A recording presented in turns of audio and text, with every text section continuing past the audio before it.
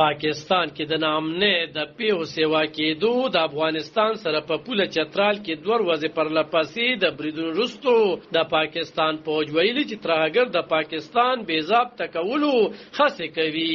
د دوی د سہولتکار او ملاتړ کوونکو په ضد بریاست پوره قوت کاروي. د پاکستان فوج ویلي چې د زیارت پروز پوځي مرکز کې د فوج د سرلښکر جنرال عاصم منیر په مشرۍ د فوج د کور کمانډرانو غونډه شوې ده. ویل شوي چې پوځي غونډه کې د هر ډول خطرو په ضد د پاکستان د خپلواکۍ او امنیت د دفاع لپاره عزم څرګند کړی شوی دی. په غونډه کې زیاته کړی شوی چې د پاکستان بې ضابطه کوونکو ترهګرو په ضد به پوره قوت کارولی شي او خیبر پختونخوا کې ورګړو ضلعو او بلوچستان په پوله پرتو ضلعو کې د تلپاتې امن په ځای کولو ټینګار شوی دی. خیبر پختونخوا کې ورګړې ضلع او د بلوچستان سرحدي ضلع د افغانستان سره په پوله پرتې دي.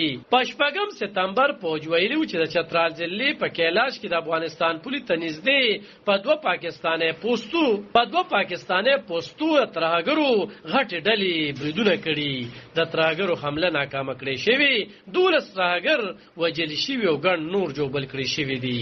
فوج ویلي چې ترهګرۍ د لعنت ختمولو لپاره پوره زم دي او په افغانستان کې د واکمنو طالبانو نه تمه لري چې خپلې ذمہوارۍ پوره کړي او د افغانستان خاوره د پاکستان په ضد ترهګرۍ لپاره کارېدو اجازه ورنکړي. تحریک طالبان پاکستان په چترال کې د افغانستان سره په پوله د پاکستان د فوج په پوسټونو د بریدونو ذمہواري منلې، د پوسټو نیولو پوسټ د مرګ جوړولو اړولو دعوی یې کړې دي. اسلام آباد کې د انسټیټیوټ فار کنفلیکټ اینڈ سکیورټي سټډیز نومې ادارې د ریپورت تر مخه د اګست په میاشت کې ترهګرۍ په پیو کې په ګل خیوات کې 12 تنه وژل شوي. د جولای د میاشتې په مقابله کې په اګست کې ترهګري 100% زیاته شوې وه. په ریپورت کې ویل شو چې د خیبر پختونخوا قبایلی ضلع او بلوچستان کې د اګست په میاشت کې ترهګرۍ نه سیمې تر ټولو زیاتې اغېزمنې شوې. ویل شوي چې د تېرې میاشتې په مقابله کې د پختونخوا قبایلی ضلعو کې ترهګري 106% او بلوچستان صوبه کې 15% سیوا شوې وه. فوج ویلي چې د کور کمانډرانو په غونډه کې ویل شوي چې ریاستي ادارو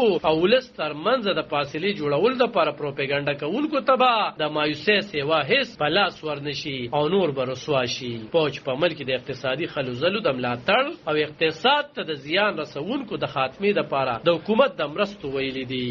عالم خان شیرپو دلبر